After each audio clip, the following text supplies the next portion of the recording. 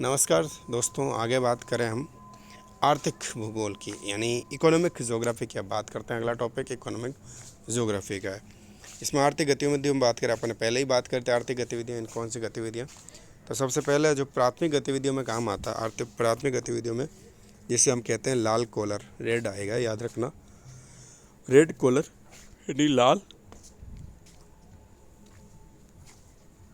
लाल collar जिसको बोला जाता है। प्राथमिक में गतिविधि में क्या क्या सम्मिलित होगा? मछली पकड़ना, खानों से कोयला निकालना, वनों से लकड़ियाँ, चाराबाग करना, इससे में आएगा, ठीक है ना।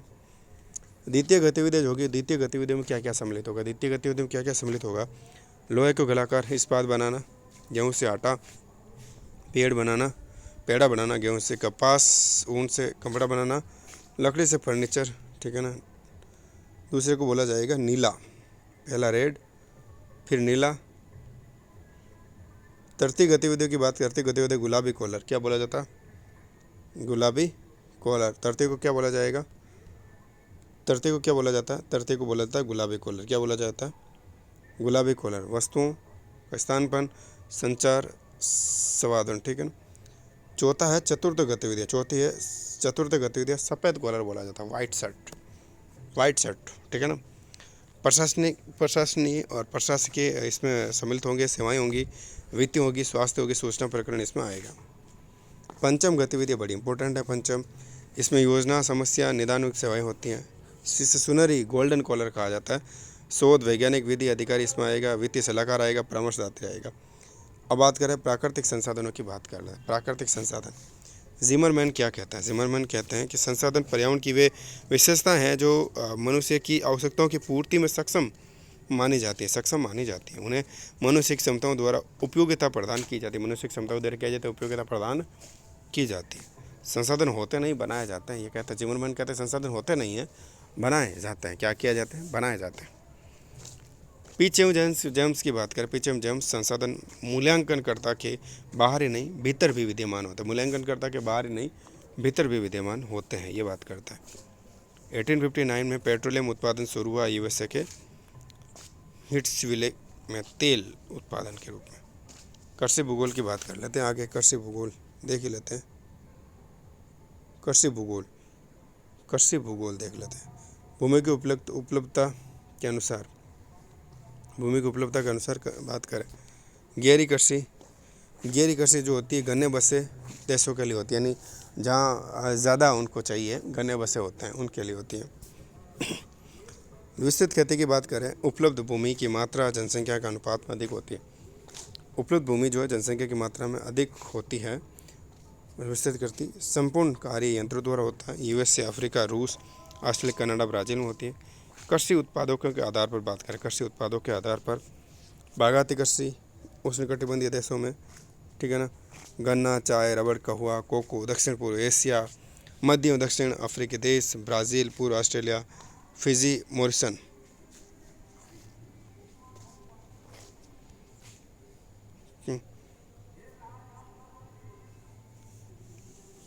फलों और सब्जियों की आकृति की बात करें तो नगरों के समय स्थानीय मांग की पूरा करने के लिए। कृषि के अन्य प्रकारों की बात करें, कृषि के अन्य प्रकारों को देख लेते हैं। कृषि के अन्य प्रकारों की बात करें, देखें। जूमिंग प्रणाली द्वारा खेती, वनों को जलाकर साफ करना, जूमिंग प्रणाली में आएगा। जूमिंग प्रणाली वनों को जलाकर साफ करना, ठीक है।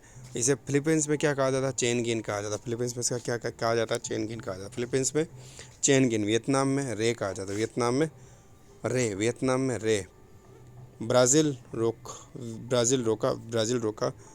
ठीक है ना, ब्राज़ील रोका, ठीक है। मेक्सिको, मध्य अमेरिका में मिल्पा मक्सेमर। कांगो प्रजातंत्र गणराज्य में मसोते। कांगो प्रजातंत्र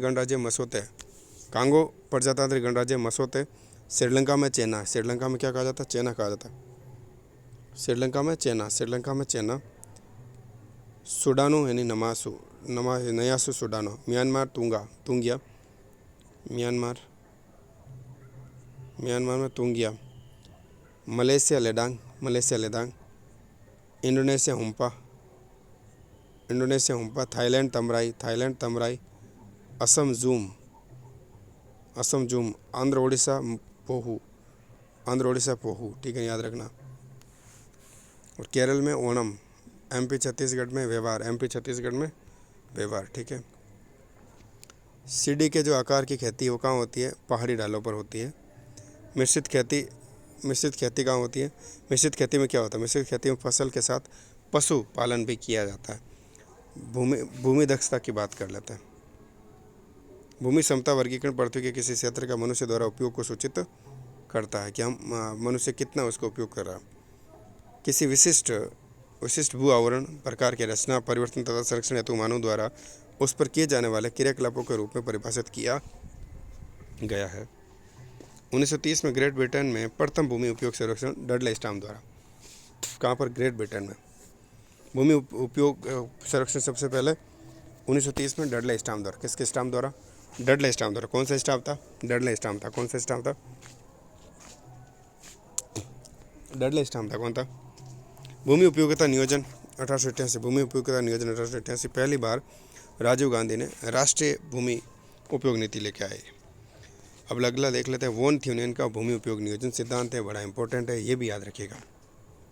1826 में देते हैं। वॉन थ्यूनेन का कृषि जो सिद्धांत है उपयोग का, भूमि उपयोग का, वो याद रखिएगा, बड़ा इंपॉर्टेंट है।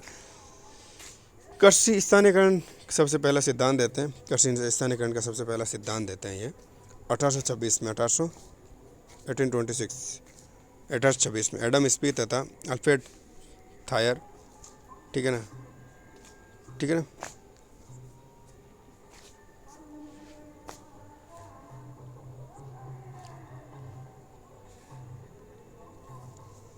देखो, अल्फ्रेड स्मिथ तथा अल्फ्रेड बायर पर आधारित है। अपने जागीर मैकलेन, ये अपने जागीर था, ये मैकलेन वर्ग में रोस्टॉक में निकट हेलो नाम के स्थान पर उपलब्ध कार्यान्वयन पर आधारित था। नियतिवादी थे ये,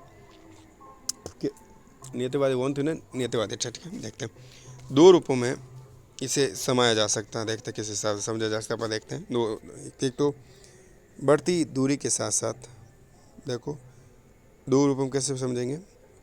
तो बढ़ती दूरी के साथ साथ भूमि उपयोग में परिवर्तन आएगा। एक तो जैसे जैसे दूरी बढ़ती जाएगी वैसे वैसे भूमि के उपयोग में क्या आएगा? परिवर्तन आएगा। दूसरी, बाजार में बढ़ती दूरी के साथ साथ भूमि उपयोग की गहनता में कमी आएगी। जैसे जैसे बाजार से दूरी बढ़ती जाएगी वैसे वैसे भूमि गहनता में कमी आएगी, ठीक है ना। देखते हैं भूमि उपयोग परिवर्तन देखें। सबसे पहले अपन क्या उगाते हैं? फसल की कीमत डिसाइड करेगी, फिर उत्पादन लागत डिसाइड करेगी, परिवहन लागत डिसाइड करेगी, भूमि उपयोग में परिवर्तन आएगा ना। क्योंकि भाई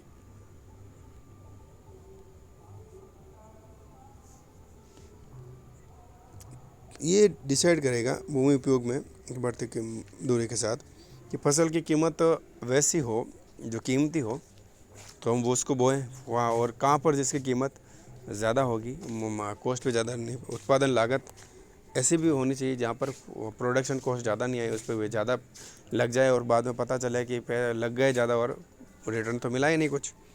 परिवहन लागत यानी ट्रांसपोर्ट कॉस्ट यानी कि ऐसी हो जिसको मार्केट में ले जाने के लिए ज़्यादा कॉस्ट ना लगाना पड़े, और प्रति एकड़ उपज ज़्यादा हो, परिवहन कम लगे, बाज़ार में कीमत अधिक रहे उसकी, और परिवहन पर स्थानीयकरण रहे, परिवहन पर स्थानीयकरण रहे। यानी परिवहन स्थानीयकरण का मतलब वहाँ ही ज़्यादा परिवहन ले जाना पड़े, और तो वही जो पास में हम ले जा सके परिवहन से।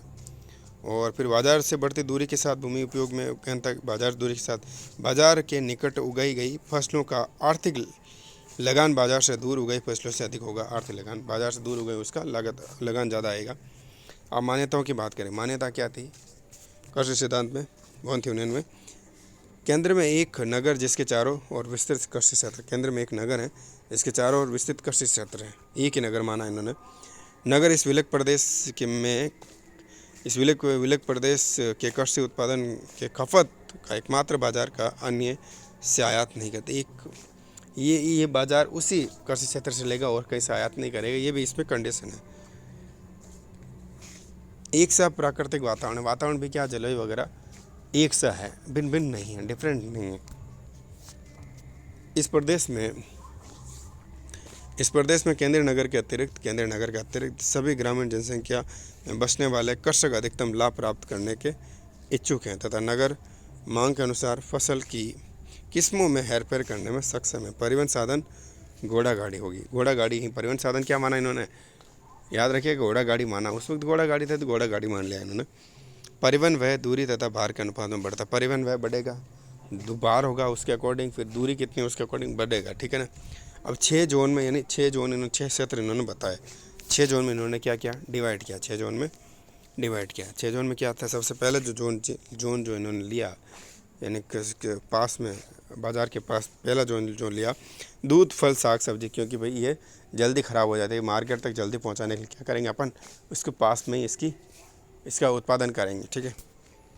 दूसरा, लकड़ी का उत्पादन, अब भाई ईंधन तो चाहिएगा ना, वो भी दूर से थोड़ी लाएंगे, ट्रांसपोर्ट कोस्ट ज़्यादा पड़ जाए, इसलिए नज़दीकी करेंगे। गहन कृषि पद्धति, गहन कृषि दिन थोड़ी उसमें पशुपालन भी करेंगे ताकि दूध वगैरह भी साथ ले जाया जा सके। गहन यानी उसके साथ क्योंकि पब्लिक ज़्यादा होगी, डिमांड ज़्यादा होगी, तो अपन को थोड़ी गहन कृषि करनी पड़ेगी, उसके साथ साथ और कुछ भी बो लिया। विस्तृत खेती, ठीक है ना। फिर प्रतिभूमि, देखो 5वीं में क्या छोड़ा जाएगा, प्रतिभूमि छोड़ी जाएगी, और छठी में क्या छोड़ा जाएगा, छठी जो पशु के चारागाह के लिए ज़मीन रहेगी, पशु को चराएंगे छठी जोन में, ठीक है ना। वॉन थ्यूनेन के मौलिक सिद्धांत क्या थे, आर्थिक लगान पर आधारित है इस सिद्धांत। वॉन थ्यूनेन के मौलिक सिद्धांत की बात करें, स्थानीयकरण लागत की बात करी, स्थानीयकरण